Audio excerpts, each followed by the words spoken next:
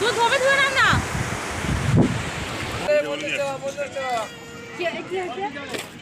মাছ আছে সকালবেলা। আমাকে ভিডিও করো আমাকে।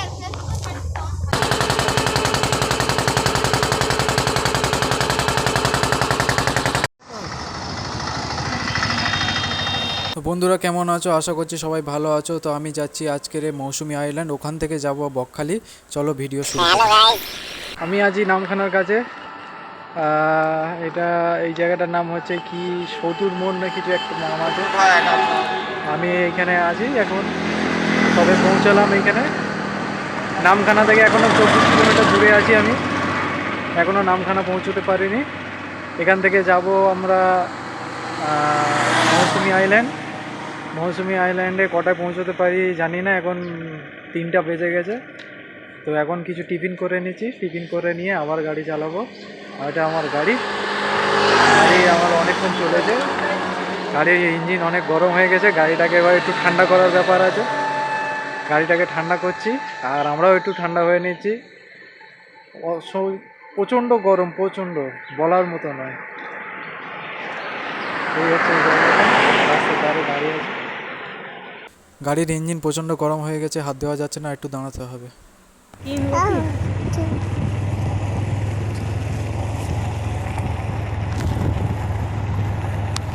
তো বন্ধুরা, টানা 2.5 ঘন্টা গাড়ি চালানোর পর ফাইনালি পৌঁছালাম নামখানা। সামনে দেখতে পাচ্ছ তোমরা নামখানা ব্রিজ। এবার এই ব্রিজে আমি উঠবো। এই ব্রিজটা মোটামুটি 2 কিলোমিটার লম্বা, অনেক বড় ব্রিজ। আর এর তলায় হচ্ছে মেনলি নামখানা মার্কেট বা বাজার, যেটাই বলো না কেন, আছে। আর এখানে পুরো ওয়েস্ট বেঙ্গলে এখান থেকে মাছ সাপ্লাই হয়। এই নামখানা খুব নাম করা জায়গা। আর এই ব্রিজটাও নতুন হয়েছে, খুব পুরনো নয়। এই ব্রিজটার বয়স মোটামুটি 5-6 বছর হবে, কারণ 2017তে যখন আমি গেছিলাম তখন এই ব্রিজটা তৈরি হয়নি। তো তারপরে 2019 কি 20তে এই ব্রিজটা সম্পন্ন হয়েছে, এবার তারপর চালু হয়েছে। তারপরে ভেসেল পরিষেবা যে এখানে ছিল, সেই ভেসেল পরিষেবাটা বন্ধ হয়ে গেছে। আর ভেসেল পরিষেবা বন্ধ হয়ে যাওয়ার পর এইখানে মোটামুটি যারা ভেসেল সার্ভিসে কাজ করতো তাদের অনেকটাই আর্থিক ক্ষতি হয়েছে বলা চলে আর কি। ব্রিজের উপর থেকে নিচের দৃশ্যটা দেখতে খুব সুন্দর লাগছে, অসাধারণ বলা চলে। এত দূর গাড়ি চালানো সফল হলো বা ব্যর্থ যায়নি, সেটা দেখেই বোঝা যায়। নামখানা ব্রিজের এটা হচ্ছে একদম মাঝখানে। আর এই ব্রিজের 2 সাইডের ভিউটা দেখছো, অসাধারণ, খুব সুন্দর ভিউ। ওই যে ওপরে দেখতে পাচ্ছ, এটা একটা ভেসেল পরিষেবা আগে চলতো, এখন আর চলে না। ওই ভেসেল পরিষেবা থেকে ওখান থেকে নদী পার হতে হতো। এই নদী পার হওয়ার জন্য সারা রাত লাইন দিয়ে বসে থাকতে হতো। ভোরবেলা ওই 6টা থেকে 7টা পর্যন্ত সবাই এরম লাইন দিয়ে থাকতো। তারপরে 8টার সময় খুলতো ভেসেল পরিষেবা। তারপর বকখালি পৌঁছতে মোটামুটি সবার 10টা-11টা বেজে যেত। তাই টাইমে সবাই বকখালি পৌঁছতে পারতো না এবং সারা রাত এইখানে অপেক্ষা করতে হতো। আর এখানে মশার কামড় আর যা শুটকি মাছের গন্ধ মানুষের বমিতে আসবে। তো সুতরাং এখন সেই সমস্যাটা আর নেই ব্রিজটা হয়ে যাওয়ার পর থেকে। এই দাদা রাস্তার মাঝখানে যেভাবে গাড়ি পার্ক করে শুয়ে আছে ব্রিজের উপরে, সাহস আছে মানতে হবে। কারণ এইভাবে ব্রিজের উপরে শুয়ে থাকা বা বসে থাকা, গাড়ি পার্ক করে, খুব রিস্কি কাজ। যে কোনো মুহূর্তে বিপদ ঘটে যেতে পারে। তাই এরকম লোকেদের সাবধান হওয়া উচিত। তো দূরে সব দাঁড়িয়ে আছে অনেকগুলো মাছ ধরা ট্রলার। আমি জুম করে দেখানোর চেষ্টা করছি, আমার ক্যামেরাটা অত ভালো নয়, তাই আমি ভালোভাবে দেখাতে পারছি না, তাই মোবাইলের ক্যামেরায় তুলছি। এই যে লাইটগুলোতে লক্ষ্য করে দেখলাম সোলার প্যানেল লাগানো আছে। আমরা আছি এখন নামখানায়। এখানে মৎস্য বন্দর আছে, এখানে মাছ ওঠে। আমরা এখান থেকে যাবো মৌসুমী দ্বীপ যাবো আমরা। ঠিক আছে, যদি আগামীকাল যদি ওয়েদার ভালো। মাটির বাড়ি।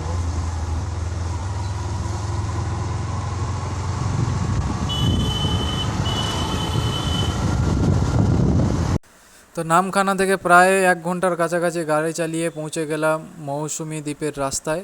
তো এটা মৌসুমী দ্বীপের মেন রাস্তা বলবো না, এটা হচ্ছে একটা বাইপাস রাস্তা। গুগল ম্যাপে দেখলে আপনারা সবাই বুঝতে পারবেন যে গুগল ম্যাপ থেকে আপনি যখন গুগল ম্যাপ ধরে যাচ্ছেন ডায়মন্ড হারবার হয়ে, নামখানা হয়ে যখন আপনি মৌসুমী দ্বীপে যাবেন, তো মৌসুমী দ্বীপে যাওয়ার জন্য রাস্তাটা এক জায়গায় ওয়াইভাবে দুভাগে ভাগ হয়ে যাচ্ছে। একটা রাস্তা চলে যাচ্ছে বকখালির দিকে এবং একটা রাস্তা যাচ্ছে মৌসুমী আইল্যান্ডের দিকে।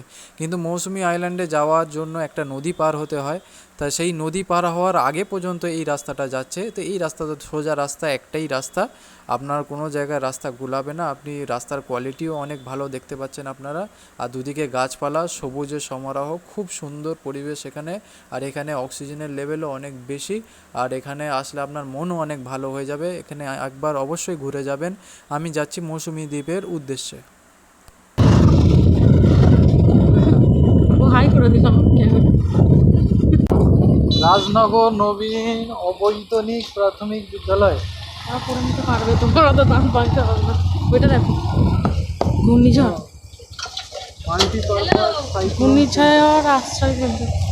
সাইক্লোন হলে মানে ঝড় ঝড় হলে এখানে হলে লোককে এখানে শেল্টার দেয়, বুঝতে পারলে? চলো।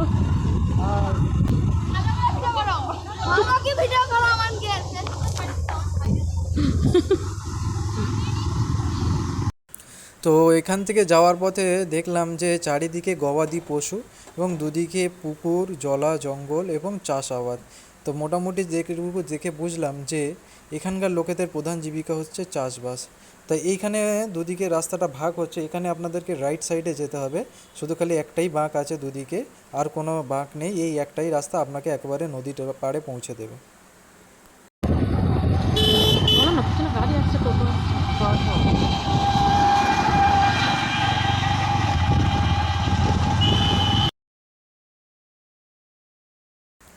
তো বকখালি যাওয়ার রাস্তা এবং মৌসুমী দ্বীপে যাওয়ার রাস্তা যে জায়গায় দুভাগে ভাগ হয়েছে, সেখান থেকে আর এই নদীর পার পর্যন্ত আমার আসতে মোটামুটি প্রায় 30 থেকে 35 মিনিট সময় লাগলো। তো আমি মোটামুটি দেখলাম যে এখানকার কিলোমিটার যদি আপনি দেখেন তো 10 থেকে 15 কিলোমিটার আপনাকে ভিতরে আসতে হবে, তবে আপনি নদীতে পাবেন। এবং এইখানে সামনে দেখতে পাচ্ছেন, এখান থেকে আপনি বাইকও পার করতে পারেন। যারা বাইক নিয়ে আসবেন তাদের জন্য, যেমন আমি বাইক নিয়ে এসেছি, বাইক পার করার জন্য মাত্র 60 টাকা লাগবে, বেশি খরচা নয়। আর এখানে টাইম শিডিউলও দেওয়া আছে যে কখন কোন সময় এখানে খেয়া চলে আর কখন ওখান থেকে লাস্ট খেয়া আসে, সেটাও দেওয়া আছে। আপনারা ভালো করে এটা দেখে নেন। তো আমি যেটা দেখলাম যে এখানকার খেয়া যেটা আছে, এখান থেকে রাত 9:30 পর্যন্ত আপনি নদী পার হয়ে ওইদিকে যেতে পারবেন। আর ওদিক থেকে লাস্ট খেয়া হচ্ছে রাত 9টা, মানে মৌসুমী আইল্যান্ড থেকে আপনি যদি ফিরে আসতে চান তাহলে আপনার মোটামুটি ওই রাত 9টার মধ্যে ওখান থেকে ফিরে আসতে হবে। তো এই টাইমিংটা আপনাকে অবশ্যই মাথায় রাখতে হবে, না হলে কিন্তু আপনাকে ওখানে আরও একটা রাত স্টে করতে হবে।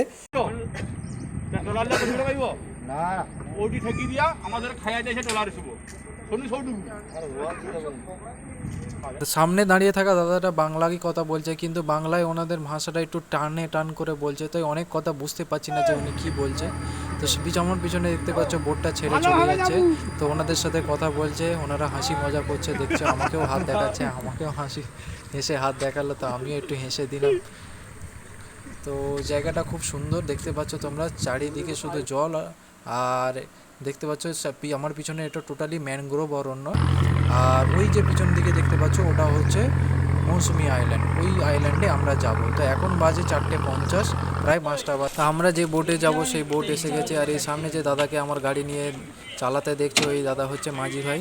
তো উনি বলেছেন যে 60 টাকা লাগবে এবং ওনারাই গাড়ি পার করে দেবে। নতুন গাড়ি একই ব্যাপার।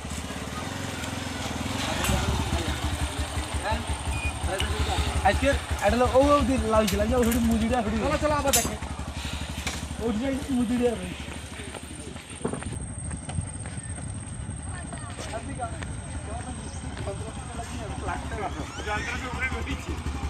হাতুড়ি আছে দেখো। আচ্ছা লইছি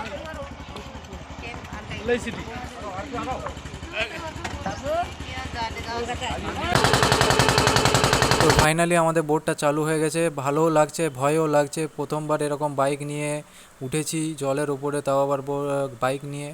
আর ওই বোটের উপরে যেভাবে বোটটা দুলছে, বাইকটাও ওইভাবে দুলছে। তাই মাঝি ভাই বলেছে যে বাইকটা যেন আমি ভালোভাবে ধরে রাখি। তো অবশেষে পৌঁছলাম মৌসুমী আইল্যান্ড। এটা হচ্ছে একটা রিসর্টের ভেতরে আমরা ঢুকেছি, কিন্তু এখানে আমরা রাত থাকবো না। এখানে রেট অনেক হাই তুলনামূলক, সেই জন্য আমরা এখান থেকে চলে যাব বকখালি। হ্যালো গাইস, পৌঁছে গেছি বকখালি মৌসুমী আইল্যান্ড থেকে আবারও 2-3 কিলোমিটার গাড়ি চালানোর পর পৌঁছলাম ফেরিঘাট। আবার ওখান থেকে ফেরিঘাট থেকে পার হয়ে এলাম বকখালির এই আইল্যান্ডে। এই বকখালির আইল্যান্ডে এসে আবার আমাকে 13 কিলোমিটার গাড়ি চালাতে হলো। 13 কিলোমিটার গাড়ি চালানোর পর ফাইনালি পৌঁছলাম বকখালি সি বিচ। হলো পার্কিং অফিস, এটা পার্কিং অফিস। তো এখানে যারা বাইক নিয়ে আসবে তাদের পার্কিং চার্জ 20 টাকা, আর যারা বড় গাড়ি নিয়ে আসবে তাদের বড় গাড়ির আলাদা আলাদা রেট আছে। তারা রেট চার্ট দেখে নিতে পারো, অনলাইনে অ্যাভেলেবেল আছে। তো সি বিচের ধারে বিভিন্ন ধরনের দোকান যেরকম সব বিচে থাকে এখানেও আছে। তো এখানে রং বেরঙের বিভিন্ন রকমের খেলনা বিক্রি হচ্ছে, বাচ্চাদের প্যান্ট বিক্রি হচ্ছে, মেয়েদের জামা বিক্রি হচ্ছে দেখতে পাচ্ছেন। আর ব্যাগ জুতো সবই পেয়ে যাবেন, মাথার টুপি থেকে শুরু করে সমস্ত কিছু পেয়ে যাবেন এখানে। এখানে খুব সুন্দর সুন্দর জিনিস আছে, তবে দাম দর আপনাকে করে নিতে হবে। দাম ওরা যা বলবে তার থেকে আপনাকে হাফ বলতে হবে, তারপরে আপনার দাম ঠিক সেটিং হবে, নাহলে কিন্তু দাম সেটিংয়ে আসবে না। বীজখানে একটা দাম করতে হবে, তবে গিয়ে আপনি দামে পাবেন, নাহলে দামে পাবেন না। কারণ এখানে জিনিসের দাম টুরিস্ট স্পটে আপনারা সবাই জানেন যে ডবল ডবল দাম বলে, তো আপনাকে হাফ বললে সেই হিসাবে আপনাকে বার্গেনিং করতে হবে। তো আমাদের সামনে এই বাচ্চাদের দেখতে পাচ্ছ যে ওই যে গাড়ি চড়ে বাচ্চারা যেভাবে বিচে, তো এখানে 100 টাকা করে রেট আছে এগুলোর। আপনারা আপনাদের বাচ্চাদের চাইলে চড়াতে পারেন, তবে আর একটু রাত হলে 50 টাকা রেট হয়ে যাবে। একটু ধৈর্য ধরে 9টা পর্যন্ত অপেক্ষা করবেন, রেট কমে যাবে। এখানে সতর্কবার্তা দেওয়া আছে, সমুদ্রে যাওয়ার আগে একটা সরু খাল পড়ে, সেই খালে সবসময়ই জল থাকে এবং হঠাৎ হঠাৎ জোয়ার আসে, সেই জন্য সতর্কবার্তাটা দেওয়া আছে। আমার পিছনে দেখতে পাচ্ছে একটা কাকা ধাক্কা দিয়ে চলে গেল, কিন্তু কোনো রকম সরি বলার কোনো ব্যাপার নেই, মানুষত্ব বোধ নেই এদের। তো মানুষের কাছে টাকা আসলেই যে এরা মানুষ হয়ে যাবে সেরকম কোনো ব্যাপার নেই। তো দেখতে পাচ্ছ বাচ্চারা খেলা করছে বিচের ওপরে। তো বন্ধুরা, ঘুম থেকে উঠে সকালবেলা বেরিয়ে পড়লাম টিফিন করার উদ্দেশ্যে। একটু ভাবলাম যে সি বিচেও দেখবো যে সমুদ্রটা কত দূর এলো বা কিছু, অনেক বছর আগে এসেছি তো জল এখানে মোটামুটি 1-1.5 কিলোমিটার দূরে থাকে। তো দেখি কতটা দূরে আছে। পিছন থেকে একটা বাস হর্ন মারছিল বারবার, তো দেখলাম যে এখানে এদের স্ট্যান্ড, তো এরা স্ট্যান্ড করে এখানে, আর এটা এখানকার লোকাল বাস বলা চলে। তো সি বিচে রাতের বেলা দেখেছিলাম যে খুব গম গম করছে, কিন্তু সকালবেলা দেখছি পুরো খাঁ খাঁ করছে, একটাও লোকজন নেই। দেখতে পাচ্ছ খালি কাক ঘোরাঘুরি করছে, সেরকম লোকজন নেই। তো সকালবেলা রোদের চাপটাও অনেক বেশি, সেই জন্য সকাল সকাল লোক খুব একটা বেরোয় না। লোক সমস্ত এটা কিছু সুন্দরবনের এরিয়ায় রয়েছে কোন? ঘুরে ঘাড়ে সবাই দুপুরবেলা চান করতে আসে সমুদ্রে। তো আমি খেতে বসে গেছি, খাবারের কোয়ালিটিটা মোটামুটি।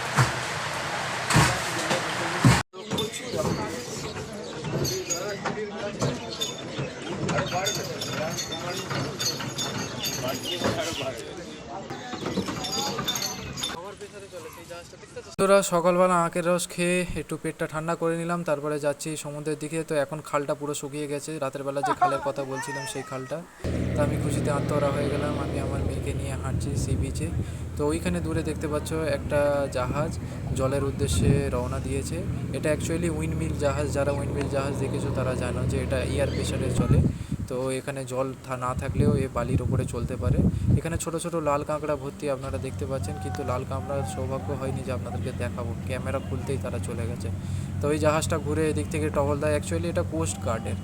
তো এই পুরো কোস্ট গার্ড এই একটাই জাহাজে এরা পুরো গার্ড করে, কীভাবে করে জানি না, আরও 2-3টে জাহাজ ইউজ করা দরকার ছিল এদের। এই একটা জাহাজ পুরো এলাকাটা টহলদারি করে, সকালবেলা যায় আর বিকেল 3টের সময় আবার রিটার্ন আসে। তো একটা জাহাজে কী টহলদারি দেবে জানি না, তবে এর এই একটাই জাহাজ সকাল থেকে বিকেল পর্যন্ত এইভাবে টহলদারি করে। প্রায় 1.5 কিলোমিটার হাঁটার পরে পৌঁছলাম সমুদ্রের ধারে।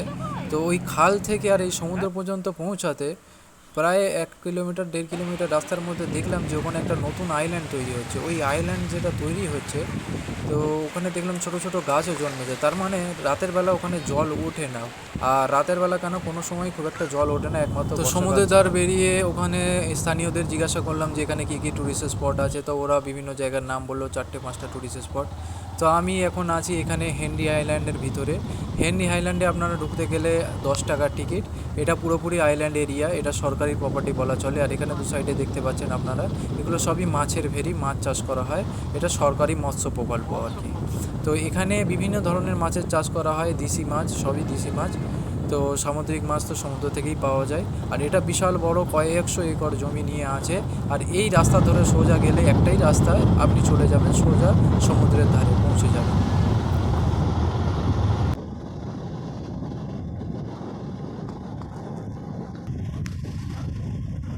তো রাস্তাটা যেখানে বাঁক নিয়েছে ডান দিকে হঠাৎই দেখলাম যে একটা ওয়াচ টাওয়ার। আসলে এই এরিয়াটা অনেকটা ফাঁকা আর নির্মম বলে সেই জন্য এখানে সবসময় লোক থাকে এবং এখানে ওয়াচ টাওয়ারে দুটো করে লোক সর্বদা পাহারায় থাকে। তো অনেক দূর গাড়ি চালানোর পর ফাইনালি এসে পৌঁছালাম ম্যানগ্রোভ অরণ্যে। দু সাইডে ম্যানগ্রোভ অরণ্য আর বীজখান থেকে কাঠের পোল করা আছে, সরকার থেকে করে দিয়েছে। আর এই রাস্তা ধরেই চলে যাচ্ছে সোজা সমুদ্রের ধার।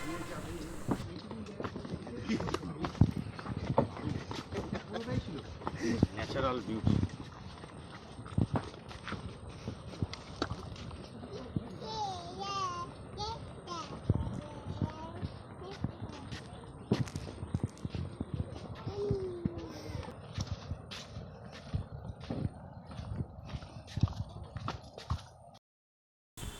বন্ধুরা, জায়গাটা তো খুবই সুন্দর, দুদিকে অরণ্য আর বীজখান থেকে রাস্তা।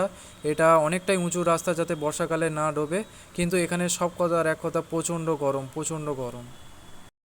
হ্যালো বন্ধুরা, আমি আছি এখন হেনরি আইল্যান্ড। এই হেনরি আইল্যান্ডে আমার পিছনে দেখতে পাচ্ছ, এটা টোটালি ম্যানগ্রোভ অরণ্য। এটা বিশাল বড় এলাকা। এটা বীজখান থেকে রাস্তা আছে, এই বীজখান থেকে রাস্তা হয়ে আসতে হবে। আর এই সামনে সমুদ্র, আমরা সমুদ্রের দিকে যাচ্ছি। চলো সমুদ্রের দিকে যাওয়া যাক।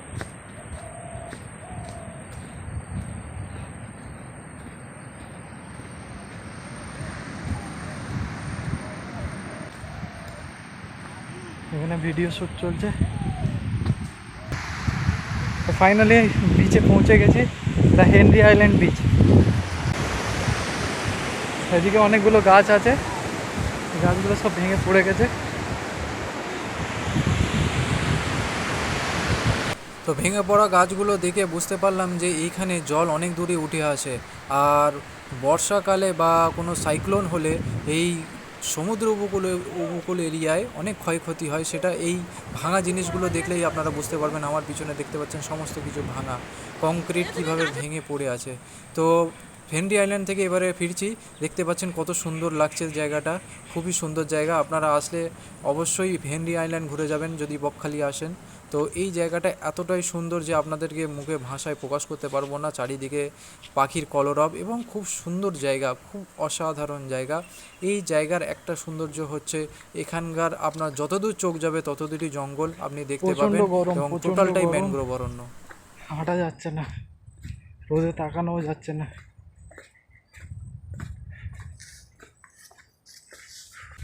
এখানে একটা কাঠের পোল আছে, এই দুদিকে পুরো ম্যানগ্রোভ অরণ্য। আমি দাঁড়িয়ে আছি, এটা একটা কাঠের পোল। এই কাঠের পোলটা মোটামুটি 30 ফুট আছে লম্বা। এর তলা দিয়ে খাল গেছে, সরু খাল। বীজখান থেকে সরকার রাস্তা করে দিয়েছে বিচে যাওয়ার জন্য। তো এই পোলটা খুব একটা শক্তপোক্ত নয়, মাঝে মাঝে ভাঙাও আছে। আর নিচের দিকে দেখতে পাচ্ছি সব ছোট ছোট কাঁকড়া আর বড় বড় ঝিনুক। এখান থেকে ছোট্ট একটা চ্যানেল আছে, এখান থেকে জল প্রবাহ হচ্ছে। আর এইগুলো টোটালি ম্যানগ্রোভ গাছ দিয়ে বানানো, এগুলো শাল কাঠ আসলে তলায়, আর কিছু ম্যানগ্রোভ গাছ দিয়েও বানানো আছে এই কাঠের পুলটা। আসলে এখানে প্রচুর গরম, প্রচুর।